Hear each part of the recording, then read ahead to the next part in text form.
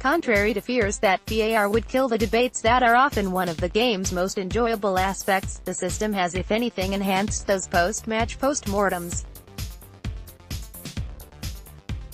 It has also raised the standards of refereeing.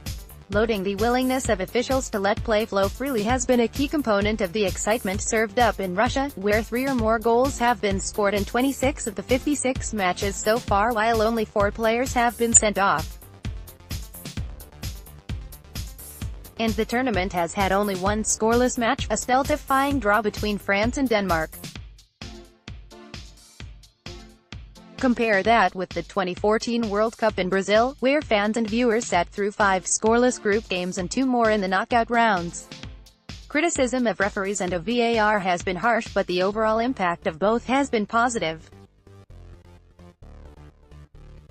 Loading, a record number of penalties have been awarded for foul play, while the sort of horror tackles that have scarred the consciousness of whole nations in the past has been largely conspicuous by its absence.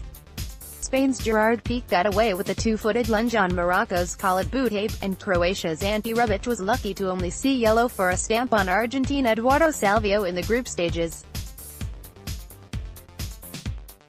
But overall, the 2018 tournament has witnessed more histrionics than malicious intent. Neymar has made an unwanted name for himself here, with his agonized rolling on the turf giving rise to a series of memes that have flooded the internet. The game against Costa Rica, he was a constant thorn in Kuiper's side, questioning every decision until the Dutchman lost patience and motioned sharply for him to stop talking, causing the Brazilian to retreat into sulky silence. But Neymar is far from the only guilty party when it comes to trying to influence referees.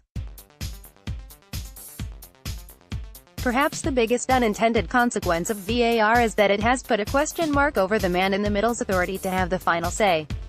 Images of coaches and players signaling frantically for video reviews abound, while Colombia's seemingly orchestrated campaign to sway referee Mark Geiger in their last 16 clash with England was undoubtedly a low point. Half the team surrounded Geiger when he awarded England a penalty for a foul on Harry Kane, and the Americans' performance drew plenty of criticism, including from Diego Maradona, who accused him of allowing England to stage a monumental robbery. FIFA stepped in, releasing a statement rebuking the Argentine great for his criticism of their officials in a tough and highly emotional match, and Maradona hastily apologized. The sight of Geiger surrounded on all sides by incandescent Colombian players has also elicited a fair bit of sympathy for the referee, a former mathematics teacher. While VAR has thrust referees into the spotlight to an even greater degree than usual in Russia, they have coped admirably with the added attention for the most part.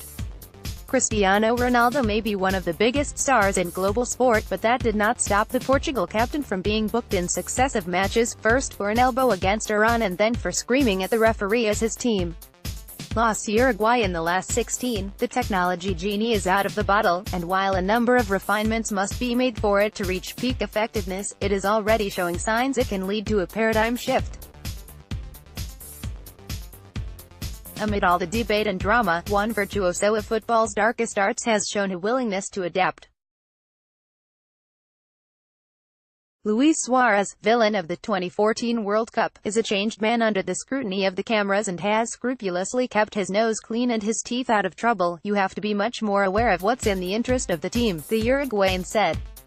"With VAR now, things can be sanctioned that would have gone unnoticed." Reuters.